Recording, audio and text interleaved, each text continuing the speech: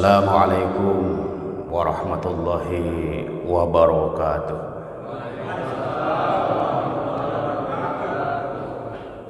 Alhamdulillahillazi arsala rasulahu bil huda wa dinil haqq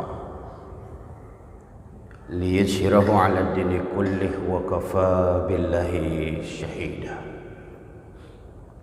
Asyhadu an la ilaha illallah wahdahu la syarika lah wa asyhadu anna Muhammadan abduhu wa rasuluhu la nabiyya ba'dah. Allahumma salli ala Muhammadin wa ala alihi wa sahbihi wa mawala amma ba'd. Qala Allah ta'ala fi kitabil karim, a'udzu billahi minasy syaithanir rajim. Ya ayyuhallazina amanu taqullaha haqqa tuqatih wa la tamutunna illa wa antum muslimun. Hadirin jamaah salat subuh yang dirahmati Allah Subhanahu wa taala. Tiada kata yang paling pantas senantiasa kita ungkapkan selain rasa syukur kita. Alhamdulillahi rabbil alamin, segala puji bagi Allah Tuhan semesta alam yang telah melimpahkan rahmat karunia serta berbagai macam kenikmatan, khususnya nikmat iman, Islam, kesempatan, waktu luang, sehingga pada kesempatan subuh ini Allah masih pilih kita untuk bisa hadir di dalam majelis yang penuh barakah ini. Setelah kita menunaikan kewajiban kita sebagai hamba yang mengaku beriman kepada Allah dan Rasulnya, yakni menunaikan sholat fardu subuh secara berjamaah. Salawat dan salam kepada Rasulullah mudah-mudahan selalu tersampaikan kepada junjungan kita Nabi Allah Muhammad sallallahu alaihi wasallam. Berkat perjuangan beliau, pengorbanan beliau, mujahadah beliau, Islam sampai kepada kita. Kita selalu berharap, berdoa semoga iman dan ketakwaan kita melalui keteladan Nabiullah Muhammad sallallahu alaihi wasallam, kita menjadi orang-orang yang selalu tetap diistiqomahkan oleh Allah Subhanahu wa taala. Amin. Amin ya rabbal alamin. Majelis yang dirahmati Allah Subhanahu wa taala,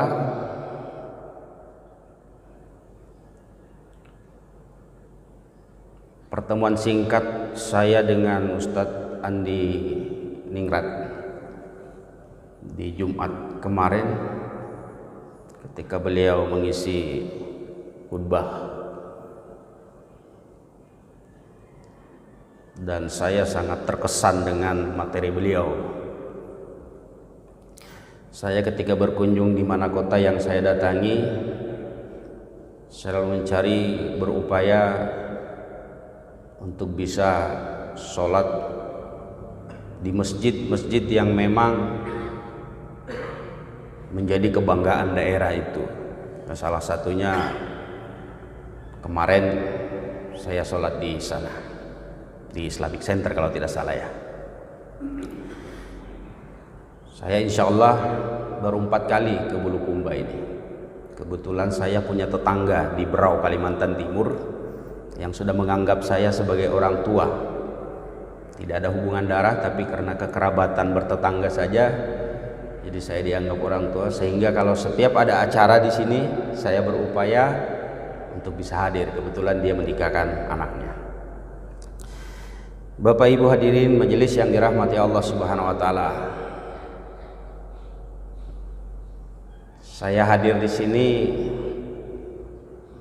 ya dengan pertemuan singkat dengan Ustadz Andi. Saya diberikan kesempatan untuk memberikan kultum. Kultum ini memang ya singkat, kuliah 7 menit atau paling lama 17 menit. Nah, kalau 70 menit itu lain kultum namanya. Mudah-mudahan lewat pertemuan ini Allah akan selalu memberikan panjang umur kepada kita sekalian dan memberikan kekayaan lahir dan batin. Karena sesungguhnya orang-orang yang kaya itu adalah orang-orang yang ketika waktu subuh dia berada di masjid menunaikan kewajibannya. Secara khusus kita laki-laki. Maka orang-orang yang kaya sesungguhnya adalah orang-orang yang sudah mampu melewati tidur lelapnya, sehingga dia bisa bersama-sama berjamaah melaksanakan sholat subuh di masjid. Sholat sunnah subuh saja itu melebihi apa yang ada di langit, apa yang ada di bumi, kata Rasulullah. Maka yakinilah kita yang hadir di dalam kesempatan ini adalah orang-orang yang menjadi pilihan Allah untuk menjadi orang-orang kaya. Kaya lahir, kaya batin. Karena sesungguhnya kekayaan itu jangan selalu kita ukur dengan materi. Jangan selalu kita ukur dengan harta. Jangan selalu kita ukur dengan uang. Tentu tidak seperti itu. Tapi kekayaan hati, kelapangan dada, keikhlasan dalam melakukan amal-amal ibadah kita kepada Allah Subhanahu wa taala, ini yang tidak ternilai dengan berapapun jumlah rupiah. Makanya kalau kita melihat ada saudara-saudara kita yang secara finansial, keuangan dia melebihi di atas rata-rata, lalu kemudian tidak taat kepada Allah Subhanahu wa taala, bukan kekayaan yang sesungguhnya. Karena kekayaan yang sesungguhnya itu adalah ketika dia mampu menjadikan dirinya taat kepada Allah Subhanahu wa taala. Nah, mudah-mudahan majelis yang dirahmati Allah Subhanahu wa taala, kita termasuk orang-orang yang diberikan kekayaan itu secara terus menerus diistiqomahkan oleh Allah Subhanahu wa taala. Majelis yang dirahmati Allah Subhanahu wa taala. Sudah 5 menit, Pak. Berarti sisa 2 menit ini kultum. Baru kita mau masuk materi. Makanya Ustaz Andi bilang tadi, memang jeda waktu subuh ini sangat singkat. Beda dengan tamasya, taklim, maghrib sampai isya. Saya punya channel, Daud Channel. Jadi ada kegiatan kita juga taklim ba'da maghrib sampai isya. Saya kasih judul tamasya. Itu agak panjang, 45 menit sampai 1 jam. Tapi tidak mengurangi kehikmatan kita, pertemuan kita pada kesempatan subuh ini. Mudah-mudahan saya nanti bisa tidak berpanjang ya, sesuai dengan waktu yang diberikan. Bapak Ibu hadirin majelis yang dirahmati Allah, nanti pada hari kiamat Allah kumpulkan manusia yang pertama lahir sampai terakhir meninggal dunia, yang kita kenal dengan padang mahsyar. Dikumpulkan manusia pertama yang dilahirkan sampai nanti yang meninggal dunia, dikumpulkan semua. Nggak kebayang oleh kita berapa banyak manusia, ratusan, miliaran, bahkan triliun, dikumpulkan oleh Allah di tempat yang penuh dengan harap-harap cemas, penuh dengan kekhawatiran, penuh dengan rasa ketakutan, sambil menunggu kapan pengadilan Allah akan dimulai. Kita di dunia begitu masuk ke ruang sidang ingin diadili oleh hakim, itu debar-debar jantung kita itu pasti akan sangat kencang. Ini di dunia. Keadilan yang masih bisa dibeli, keadilan yang masih bisa ditukar, keadilan yang masih dibolak-balikkan. Yang batil bisa menjadi benar, yang benar bisa menjadi salah, dibolak-balikkan. Itu sudah menjadi kita khawatir, harap-harap cemas. Tapi ini pengadilan Allah. Pengadilan di mana yang tidak ada sogok menyogok, yang tidak ada suap menyuap. maka setiap manusia yang hadir di padang mahsyar penuh dengan kegelisahan, penuh dengan rasa cemas, khawatir, takut. Sekelompok manusia berkata, sekiranya kita mohon kepada Allah Subhanahu wa taala agar kita diringankan dari penderitaan seperti keadaan hari ini. Minta kita syafaat kepada Allah, pertolongan kepada Allah, sekiranya kita bisa. Lalu sekelompok manusia ini datang menemui Nabi Adam alaihissalam. Dia bertemu dengan Nabi Adam alaihissalam, memohon kepada Nabi Adam agar Nabi Adam memberikan pertolongan dan syafaat untuk minta kepada Allah Subhanahu wa taala agar diringankan bebannya. Tapi begitu dia bertemu dengan Nabi Adam, apa kata Nabi Adam? Bukan tempatku hari ini untuk memberikan pertolongan dan syafaat kepada kalian. Benar memang aku yang dibuat oleh Allah, dari tangan Allah langsung diciptakan sebagai manusia pertama. Tapi aku punya dosa, punya hilaf, punya salah. Malu aku dengan Tuhanku untuk meminta kepada Rabbku. Adam alaihissalam satu kali melakukan kesalahan, malu bertemu dengan Rabbnya. Adam sudah ditempatkan oleh Allah di surga, dilarang mendekati buah khuldi. Tapi karena digoda iblis, bukan didekati tapi justru dimakan. Maka kata Nabi Adam, aku tidak pantas untuk bertemu dengan Rabbku, malu aku. Satu kali melakukan kesalahan, Adam malu bertemu dengan Tuhannya. Bagaimana kita yang setiap hari, setiap saat menumpuk kesalahan, menumpuk maksiat, tentu akan jauh lebih malu kita bertemu dengan Rabb kita. Ini menggambarkan betapa Nabi Adam begitu dia melakukan kesalahan, dia bertaubat kepada Allah Subhanahu wa taala, bermohon ampun kepada Allah Subhanahu wa taala, diwadikan oleh Allah, Rabbana dalamna anfusana wa illam taghfir lana wa tarhamna lanakunanna minal khasirin. Itu yang menjadi doa kita. Telah menzalimi diri sendiri. Ini Nabi Adam melakukan kesalahan dan dosa satu kali, tapi malu bertemu dengan Rabbnya, sehingga tidak ada peluang bagiku, kata Nabi Adam, untuk memohon syafaat dan pertolongan sebagaimana yang kalian inginkan. Akhirnya sekelompok manusia ini sudah dijelaskan oleh Nabi Adam kesalahannya, maka Nabi Adam memerintahkan kepada sekelompok manusia, temui Nabi Nuh. Beliau yang pertama diutus oleh Allah Subhanahu wa taala sebagai rasul. Dia akan bisa membantu. Datanglah sekelompok manusia ini kepada Nabi Nuh alaihissalam, minta hal yang sama. Ya Nabi Allah, mohonkan kami kepada Allah untuk mendapatkan syafaat, mendapatkan perlindungan. Lagi-lagi hadirin majelis yang dirahmati Allah, sama saja jawabannya sebagaimana Nabi Adam. Kata Nabi Nuh, aku ini 950 tahun dihidupkan oleh Allah, berdakwah, berjuang, mengajak kepada Allah Subhanahu wa taala selama 950 tahun. Kurang lebih 9 orang saja pengikutku, kata Nabi Nuh. Bahkan anakku ingkar kepada ajaran yang aku sampaikan. Malu aku bertemu dengan Rabbku.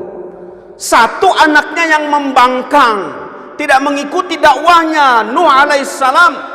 Malu, kata Allah, kata Nuh, untuk bertemu dengan Rabbnya. Gimana kita Bapak Ibu? Anak 1, 2, 3, boleh 4, bisa jadi lebih daripada itu. Tidak membangkang 1, 2, 3, boleh lebih daripada itu. Anak yang kita punya berapa yang membangkang, berapa yang tidak mengikuti syariat. Subhanallah. Nuh alaihissalam satu anaknya membangkang, malu bertemu dengan Rabbnya. Bagaimana kita yang hari ini anak lebih dari 2, anak lebih dari 3, lalu kemudian satu pun tidak ada yang taat kepada Allah Subhanahu wa taala, tidak pernah mengikuti kajian-kajian, tidak pernah belajar agama, tidak pernah dipahamkan tentang al-Islam. Anak-anak perempuan kita mengumbar aurat kemana-mana, bergaul bebas. Ya Allah ya Rabbi, Nabi Nuh satu saja membangkang malunya kepada Allah Subhanahu wa taala. Bagaimana kita anak yang lebih dari satu lalu membangkang? Malu aku, kata Nuh. Setelah menyampaikan hal yang serupa tentang dosanya, Nabi Nuh mengarahkan sekelompok manusia ini untuk bertemu dengan Nabi Ibrahim alaihissalam. Majelis yang dirahmati Allah Subhanahu wa taala. Ketika mereka bertemu dengan Nabi Ibrahim, jawaban pun sama. Setelah memaparkan tentang dosanya, Nabi Ibrahim itu selama hidup berdusta 3 kali. Pak, berdusta 3 kali, malu dengan Tuhan bertemu. Kita cek kebohongan kita berapa kali. Kalau anda bohong 1 hari itu, ada yang hilang rasanya.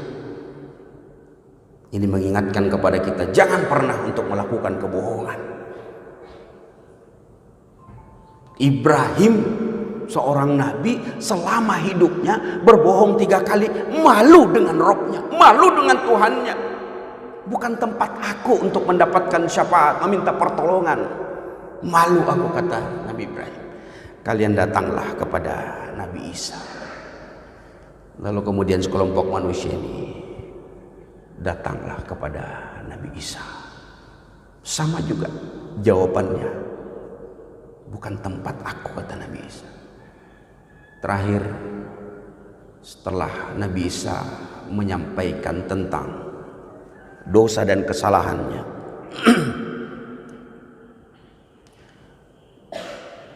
disuruhlah sekelompok manusia yang bertemu dengan Nabiullah Muhammad sallallahu alaihi wasallam.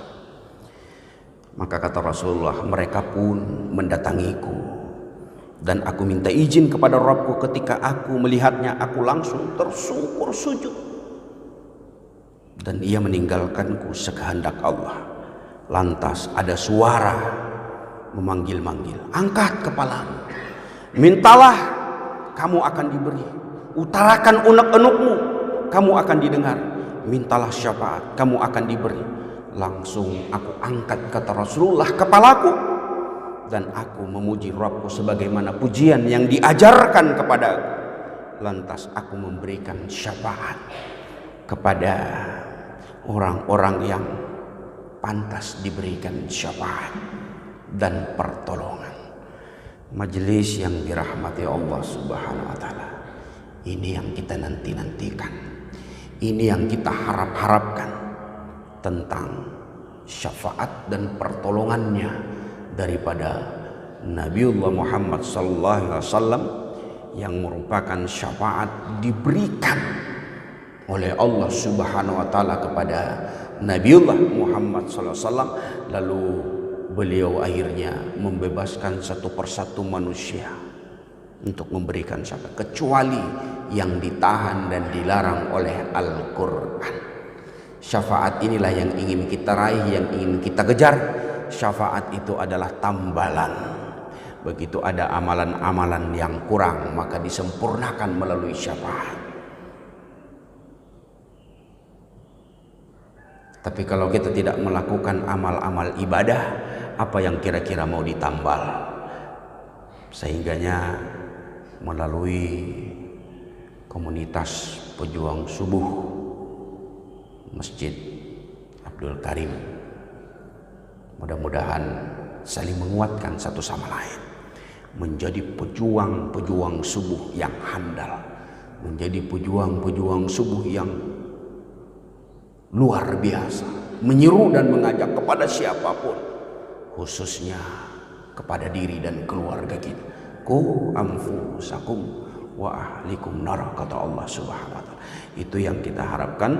Semoga kita mendapatkan perlindungan, syafaat daripada Allah Subhanahu wa taala dengan segala ketaatan kita. Mudah-mudahan melalui komunitas, kelompok, majelis yang terus kita bangun. Karena belajar agama ini kalau hanya sekedar kita sambil lalu, maka akan sangat sulit untuk kita dapatkan. Makanya kelompok-kelompok, majelis-majelis, komunitas-komunitas ini harus terus dijaga, harus terus dibangun. Karena dengan kebersamaan jamaah, dengan kebersamaan satu dengan yang lain bisa saling menguatkan. Sehingga ada yang salah bisa diluruskan, saling mengingatkan satu yang lain. Ini tentunya adalah hal-hal yang kita inginkan semua. Mudah-mudahan hadirin majelis yang dirahmati Allah, kultum singkat ini dapat memberikan pencerahan, tambahan wawasan khususnya diri pribadi saya dan kepada kita semua. Semoga kita termasuk orang-orang yang diistiqomahkan oleh Allah untuk kita terus meningkatkan kualitas iman dan takwa kita kepada Allah Subhanahu wa taala. Karena kita tidak tahu sampai kapan kita bisa sujud dan ruku kepada Allah Subhanahu wa taala. Yang pasti besok, minggu depan, bulan depan, tahun depan, yang pasti kita akan kembali kepada Allah Subhanahu wa taala. Sebelum kita kembali kepada Allah Subhanahu wa taala, mari kita persiapkan diri kita, memperbanyak amal-amal ibadah agar kita menjadi orang-orang yang istiqomah dan mendapatkan syafaat daripada Nabi Allah Muhammad SAW. Demikian mari kita tutup dengan doa kafaratul majelis. Subhanakallahumma wa bihamdika asyhadu an la ilaha illa anta astaghfiruka wa atubu ilaik. Lebih kurangnya saya mohon dimaafkan. Assalamualaikum warahmatullahi wabarakatuh.